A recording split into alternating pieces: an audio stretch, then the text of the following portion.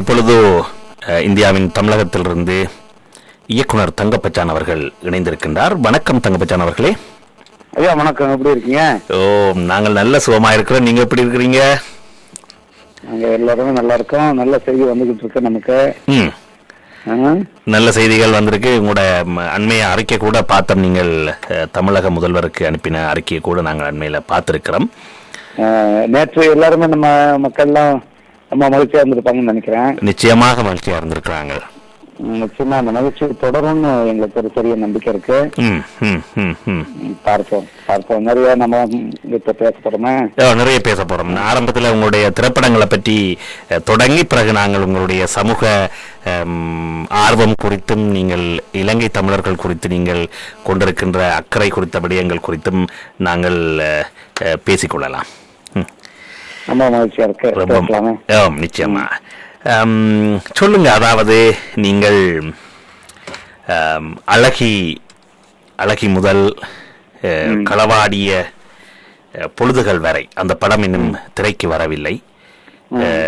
பல திருப்புமுனையான படங்களை தந்திருக்கின்றீர்கள். அதாவது தென்னக சினிமா நீங்களே சில பத்திரிகைகளுக்கு வழங்கிய செவியிலோ கட்டுரைகளிலேயோ அன்னை காலங்களில் மிக கவலை கொண்டிருக்கிறீர்கள். தமிழக சினிமா குப்பை தனமாக சென்று கொண்டிருக்கின்றது என்று. இந்த குப்பை தனத்துக்குள் நீங்கள் இயக்குனர் சேரன், மிஸ்கின் போன்றவர்கள் குப்பைக்குள் இருந்த குண்டுமணிகள் என்று சொல்லுவார்கள். அவ்வாறு நீங்கள் இருக்கிறீர்கள். சில திரைப்படங்களை இரண்டாம் தலைமுறை, அதாவது ஏற்கனவே ஜமுனா ராஜேந்திரன் குறிப்பிட்டது போல இயக்குநர்கள் பாலு மகேந்திரா, மகேந்திரன், ருத்ரையா, சீனிவாசன் போன்றவர்களுக்கு பின்னர் நீங்கள் இந்த துறையை அடுத்த கட்டத்துக்கு நகர்த்தி செல்லுகின்ற ஒரு முன்னணியாளர்களாக இருக்கின்றீர்கள். அந்த வகையிலே உங்களுடைய ஆரம்ப காலம் முதல் ஆரம்பத்திலிருந்து தொடங்குவோம். உங்களுடைய பத்திரக்கோட்டை இதிலிருந்து சென்னை வரை ஒரு சிறிய அறிமுகத்தை சொல்லுங்கள். அதாவது உங்களுடைய சிறிய மாணவ பராயம், பள்ளிக்கூடத்தில் கூட உங்களுடைய இளம் பராயத்தை நினைவுபடுத்துகின்ற ஒரு விதமாக அந்த படத்தை ஆக்கியிருக்கிறீர்கள். எனவே அந்த பத்திரக்கோட்டையிலிருந்து சென்னை வரை சொல்லுங்களேன் உங்களுடைய அறிமுகத்தை. நான் பல நிகழ்ச்சிகள்ல பல முறை நம்முடைய உலக தமிழர்களோடவே நான் நிறைய முறை நான் இது தொடர்பாக பேசியிருக்கேன். இருந்தாலும் ஒரு சிறு விளக்கத்தோட முடிச்சுக்கலாம்னு நினைக்கிறேன். என்னுடைய திரைப்படங்கள்ல நீங்க பார்க்கக்கூடிய அந்த நிலப்பிரதேசங்கள் ஏறக்குறைய ஈழத்தினுடைய நிலப்பிரதேசம் தான் நீங்க கவனிச்சிருக்க முடியும். அதே மாதிரியான இந்த புன்சை நிலங்களை மையமா இருக்கிற பனை மரங்கள் தொடர்பான கம்பு, கேழ்வரகு, திணை, நெல் இப்படி போன்ற தானியங்களை பயிரிடக்கூடிய பிரதேசம் தான் என்னுடைய கிராமம். நான் என்னுடைய குடும்பத்துல கடைசி பிள்ளைக்கு முன்னாடி பிள்ளை, அதாவது 9வது குழந்தை என்னுடைய பெற்றோர்களுக்கு. ஏறக்குறைய என்ன மறந்துருப்பாங்கன்னு நினைக்கிறேன். எப்பாவது ஒரு முறை எப்படி என்ன குளிக்க வச்சு எப்படி என்ன சீராட்டு வளர்த்தாங்களா இல்லையான்னு எனக்கு தெரியல. ஏன்னா நிறைய குழந்தைகள் இருந்திருப்போம். ஆனா என்னுடைய வாழ்க்கை முழுக்க என்னுடைய கிராமத்துல இன்னும் இருந்துகிட்டு இருக்கு. நான் 13 வயதுல சென்னைக்கு இடம்பெயர்ந்தா கூட என்னுடைய நினைவுகள் முழுக்க அங்கேதான் இருக்கு. காரணம், குழந்தைகளா இருப்பவர்கள் அவர்கள் கவனிக்கிற தொடக்க கால காட்சிகள் மிக முக்கியமானது. என்னை வளர்த்து ஆளாக்கியது படிப்பு, கல்விக்கூடங்கிறத விடவும் நான் வளர்த்த ஆடு, மாடு, கோழி, காடை, கௌதாரி, நாய், பூனைகள், என்னுடைய சின்ன பள்ளிக்கூடம், பெரிய பள்ளிக்கூடம், நான் தொங்கி விளையாடிய என்னுடைய ஆலமரம், நான் திருடிய அந்த மாமரங்கள், பலாமரங்கள், பிறகு நான் குளித்த அந்த சின்ன நீரோடை, குளங்கள், பிறகு நம்முடைய பண்டிகை காலங்கள்ல நாங்கள் விளையாடிய விளையாட்டுக்கள், பிறகு என்னுடைய பத்திரக்கோட்டை கிராமத்துக்கு பக்கத்துல இருக்கிற ராஜா டாக்கீஸ், 3 கிலோமீட்டர் நடந்து போகிற அந்த ராஜா டாக்கீஸ், இது எல்லாம் தான் என்ன வளர்த்திருக்கு. அதனுடைய மையமா தான் என்னுடைய திரைப்படங்கள் தொடர்ந்து வந்திருக்கு. உங்களுக்கு தெரியும், என்னுடைய பெற்றோர்களுக்கு எழுத படிக்க தெரியாது, கையெழுத்து கூட விட தெரியாது. நான் என்னுடைய குடும்பத்தினுடைய முதல் தலைமுறை படிப்பாளி. எங்களுக்கெல்லாம் இந்த கல்வியை தொடக்கத்திலேயே பல தலைமுறைகளுக்கு முன்னாடி கொடுத்திருந்தா இன்னும் கூட வேற மாதிரி சிந்திச்சிருப்போம். முதல் தலைமுறையிலேயே இந்த அளவுக்கு நாங்க சிந்திக்கிறோம். எங்களை எல்லாம் கோவில் குளங்கள்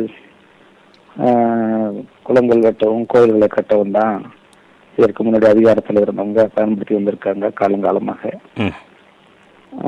அதனால எனக்கு இந்த கோயிலை பாக்குறப்ப எல்லாம் ஒரு கோபம் இருக்கும். என்றால் ஒரு குறிப்பிட்ட சமூகம் மட்டுமே அந்த படிப்பை கையில வச்சுக்கிட்டு மற்ற மக்களை ஒரு உடல் சம்பந்தமான வேலைகளுக்கு தான் பயன்படுத்தியிருக்காங்க. அப்படிப்பட்ட ஒரு கோப நிலையிலிருந்து தான் நான் என்னுடைய சமூகத்தை நான் திரும்பி பார்க்கிறேன். என்னுடைய மக்களை மகிழ்ச்சி படுத்துறதுக்கு நிறைய பேர் இருக்காங்க. அதாவது உழைத்து உயிர் வாழ்கின்ற உழைப்பிய மூலதனமாக இருக்கிற என்னுடைய மக்களுக்கு பொழுதுபோக்கு தருவது முதல் கட்டமாக இருந்தாலும் அவர்களுக்கான அரசியல் விழிப்புணர்வை தர வேண்டியது என்னை போன்ற கிராமத்தில் இருந்து வந்த தமிழ் சமூகத்தை தமிழ் தேசிய நலனின் அக்கறை கொள்கிற கலை, பண்பாடு, மொழி, இனம் என்ற அடிப்படையில் இயங்குகிற படைப்பாளிகளுக்கு மிகவும் அவசியம் என நினைக்கிறேன். அந்த அடிப்படையில தான் என்னுடைய திரைப்படங்களை நீங்க கவனிச்சிருப்பீங்க. குறிப்பாக உங்களுடைய நிகழ்ச்சியினுடைய தொடக்கத்திலிருந்து நான் கேட்டுக்கொண்டுதான் இருக்கிறேன். இன்றைக்கு நான் பயணமாகக்கூடிய நேரம் இந்நேரம் தொடர் வண்டியில், அதாவது ரயில்ல நான் போய்கிட்டு இருக்கிற நேரம். அதை நான் எம். ராஜேந்திரன் சொன்ன பிறகு அதை நான் தள்ளி போட்டுட்டு உங்களுக்காக நான் காத்துக்கிட்டு இருந்தேன். அதுல நீங்க குறிப்பிட்ட மாதிரி தொடர்ச்சியா ஒரு திரைப்பட கலைஞனை பார்க்கறதுல எனக்கு உடன்பாடு இல்லை. ஏன்னா அப்படிதான் நான் மக்கள்கிட்ட அறியப்படுறேன். அடிப்படையில நான் ஒரு எழுத்தாளன். அதை எம். ராஜேந்திரன் கூட சொல்ல தவறிட்டார். என்னுடைய இலக்கியங்கள் என்னுடைய திரைப்படத்திற்கு என்னுடைய திரைப்படம் இலக்கியத்திற்கு முன்னால் நிற்காது. என்னுடைய சுயம், என்னுடைய உண்மை எல்லாமே என்னுடைய இலக்கியம் தான். திரைப்படம் என்பது நான் சமரசம் செய்து கொண்ட ஒரு அந்நேரத்திற்கான சில உண்மைகளை மட்டுமே தாங்கியிருக்கிற படைப்பாகத்தான் நான் பார்க்கிறேன். அதனால என்னுடைய இலக்கியங்களையும் என்னுடைய உறவுகள், என்னுடைய மக்கள் பார்க்க வேண்டிய காலம் இருக்கு. பல பெரிய விஷயங்களை அதன் மூலமாக நான் சாதித்திருக்கிறேன். இன்றைக்கு கூட இன்றைக்குத்தான் நம்முடைய நிகழ்ச்சி என்பது எனக்கு நினைவில் இல்லை. அதிகாலை 5 மணிக்கு நான் எழுத உட்கார்ந்த ஒரு கதை, என்னுடைய படையில் என்கிற கதை. அது லண்டனில் தான் எழுதுகிறது. நான் முதல் வந்த லண்டன் அனுபவம், பிறகு லண்டனுக்கு நேர்ந்த அனுபவம், பிறகு இந்த காலகட்டங்கள் வரையில் நான் ஒரு இந்தியாவிலிருந்து ஒரு தமிழனம், அங்கே அகதிகளாக அலைந்து கொண்டிருக்கிற நம்முடைய உறவுகளான ஈழத்தமிழனம், பிறகு ரஷ்யாவில் இருந்து இன்று பிழைப்பதற்காக வந்துவிட்ட செய்யக்கூடாத தொழிலை செய்து கொண்டிருக்கிற ஒரு பெண்ணிற்கும் நடக்கின்ற பல உரையாடல் காட்சிகளை அடங்கிய ஒரு நீண்ட கதை ஒன்றை இன்று நான் எழுதி முடித்தேன். இவை எல்லாமே 3 பேர்கள் 3 இடங்களில் 3 தளங்களில் இருந்து பேசிக்கொண்டாலும் இதற்கு பின்னால் இருக்கிற சர்வதேச அரசியலும் நமக்கான அரசியலை முன்வைத்துதான் அந்த கதைகள் உருவாக்கப்படுகின்றன. இப்படிப்பட்ட ஒரு படைப்பாளி நான். என்னை நீங்கள் திட்டமிட்டு ஒரு சினிமா வட்டத்துக்குள் என்னை அடைக்க வேண்டாம். நான் செய்ய துணிகிற, செய்யவிருக்கிற திரைப்படங்களை நான் இன்னும் செய்யவில்லை. அந்த காலத்திற்காக நான் காத்து கொண்டிருக்கிறேன். காலம் என்பதை விட என்னை நம்பி முதலீடு செய்கிற தயாரிப்பாளருக்காகவும் அதற்கு தயார்படுவதற்காக என் மக்களையும் நான் தயார்படுத்திக் கொண்டிருக்கிறேன்.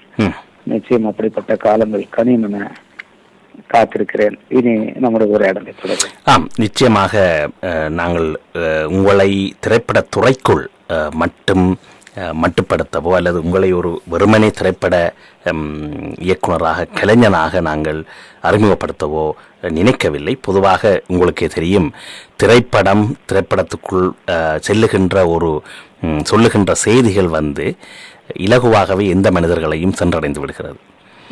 இன்று பொதுவாகவே நீங்கள் பார்த்தீர்களாக இருந்தால் இந்த முள்ளிவாய்க்காலுக்கு பின்னரான ஒரு சோர்வு நிலை, ஒரு முள்ளிவாய்க்காலுக்கு பின்னரான ஒரு வெறுப்பு, அல்லது எப்படியும் வாழலாம், எப்படியும் வாழ்ந்துவிட்டு போகலாம், இனி எமக்கென்ன என்ற ஒரு சோகம் என்ற இந்த விடயங்களுக்குள் மனிதர்கள் தங்களுடைய மனங்களை ஆற்றிக் கொள்வதற்காக இவ்வாறான திரைப்படங்களையோ அல்லது கதைகளையோ அல்லது பாடல்களையோ கேட்கின்ற அந்த பக்கங்களுக்குள் செல்லுகின்ற ஒரு நிலைமை விரும்பியோ விரும்பாமலோ ஏற்பட்டுவிட்டது. அதை நீங்களும் அறிவீர்கள் என்பதனால் நாங்கள் இந்த திரைப்படத்தை முதன்மைப்படுத்தி, ஆனால் அதன் பின்னால் உங்களுடைய ஆளுமைகள் அதற்கு பின்னால் என்றால் ஏற்கனவே நீங்கள் எழுதிய கட்டுரைகள், ஈழத்தமிழனும் ஈனத்தமிழனும் என்ற கட்டுரை, அல்லது அரசியல் கட்சிகள் ஒன்றிணைந்து செயல்பட வேண்டும் என்று நீங்கள் பத்திரிகையிலே குறிப்பிட்ட விடயம், அல்லது அந்த பொங்கல் சிறப்புதலுக்கு மிக அழகாக எழுதியிருக்கிறீர்கள் அந்த உழவு, அதாவது விவசாயம் என்பதனை இன்று எவ்வாறு எல்லோரும் ஒதுக்கி மாறுகிறார்கள் என்ற விடயம், அத்தகைய உழவன் என்னும் பிச்சைக்காரன், எவ்வாறான விடயங்கள் எல்லாவற்றையும் நாங்கள் உண்மையில் பார்த்து கொண்டுதான் இருக்கின்றோம். வள்ளலாரும் ஆயுதம் ஏந்துவார் என்று கூட ஒரு விடயத்திலே நீங்கள் எழுதியிருக்கிறீர்கள். எனவே ஆரம்பத்திலே உங்களை, அதாவது உங்களுடைய ஆளுமைகளை தங்கர்பச்சான் என்று சொன்னால், தங்கர் என்று அழகாக அன்பாக எல்லோருக்கும் தெரிய வேண்டி வந்தது உங்களுடைய படங்கள், உங்களுடைய இலக்கியம், உங்களுடைய எழுத்துக்களுக்கு அப்பால் உலகம் உங்களை திரும்பி பார்க்க வைத்தது அந்த படங்கள் என்பதனால் அந்த திரைப்படத்துக்கு ஊடாக உங்களை அறிமுகப்படுத்த முயன்றோம், அவ்வளவுதான். அந்த வகையிலே முதலாவதாக நாங்கள் திரைப்படத்துறைக்குள் போவதற்கு இந்த அழகி, முதல்ல உங்களுக்கு அந்த பார்த்திபனுடைய அந்த நந்திதா தாஸ் மிகவும் சிறப்பான நடிப்புத் துறையிலே மிக உச்சத்தை கண்டவர்கள் இவர்கள். அந்த அழகி என்ற படம், அந்த அனுபவம், நீங்கள் இந்த திரைப்பட இயக்குனர் என்பதற்கு அப்பால் நீங்கள் ஒரு சிறந்த ஒளி ஓவிய கலைஞர். இந்த ஒளி ஓவியம் என்பது எனக்கு தெரியாது. ஜமுனா சொன்னார், நீங்கள் கேமராவை ஒளி ஓவியம் என்றுதான் சொல்லுவீர்கள், நீங்கள்லாம் அந்த சொல்லை முதலில் அறிமுகப்படுத்தினீர்கள் என்று. அந்த ஒளி ஓவியத்தின் ஊடாக, அந்த கேமராவின் ஊடாக உங்களுடைய இயக்குனராகவும், நீங்கள் ஒரு கேமராமேனாகவும், ஒரு ஒளிப்பட இயக்குனராகவும் இருக்கின்ற அந்த விடயத்திலே அந்த அழகு உங்களுக்குள் ஏற்படுத்திய அனுபவம் சொல்ல முடியுமா?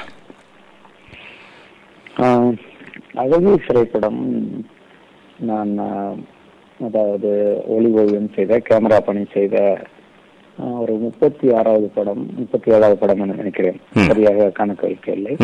அதற்கு முன்னர் நான் குறைந்து 35 திரைப்படங்களுக்கு மேலாக ஒரு ஒளிப்பதிவு இயக்குனராக நான் பணியாற்றி இருக்கிறேன்.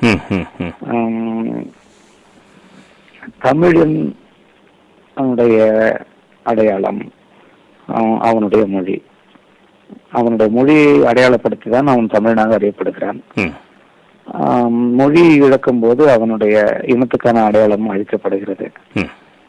அதனுடைய அடிப்படையில் தான் நான் என்னுடைய ஒளிப்பதிவு என்பதை மாற்றி ஒளி ஓவியம் என என்னுடைய படங்களில் நான் காதல் கோட்டை என நினைக்கிறேன், காதல் கோட்டையில் தான் முதலில் ஒளி ஓவியம் என நான் குறிப்பிட்டேன். அது என்னுடைய 10வது படம். பிறகு நான் இயக்கம் தொடங்கிய பின் ஒளி நெறியாள்கை என இயக்குனருக்கு பதிலாக பயன்படுத்தினேன். இயக்குனர் என்பது சரியான சொல்பதம் அல்ல, நெறிப்படுத்தி ஆள்கை செய்பவன், அதுதான் நெறி ஆள்கை. பிறகு வசனம் என்று குறிப்பிடுகிறார்கள், கதை வசனம் என சொல்லி. வசனம் என்பதுதான் வசனமாகிவிட்டது. ஜாவை எடுத்து விட்டு சா போட்டால் அது தமிழாகி விடாது. விஷயத்தில் ஷாவை எடுத்து விட்டு டா போட்டால் அது எப்படி விடயம் தமிழாகி விடாதோ அதே போலதான். அதனால் அந்த வசனம் என்பதை எடுத்துவிட்டு உரையாடல் என பயன்படுத்தினேன். ஒளி ஓவியம், நெறியாள்கை, உரையாடல், அப்படி என்னுடைய மொழி சிந்தனை தான் என்னை இயக்குனராக ஆக்க தூண்டியது.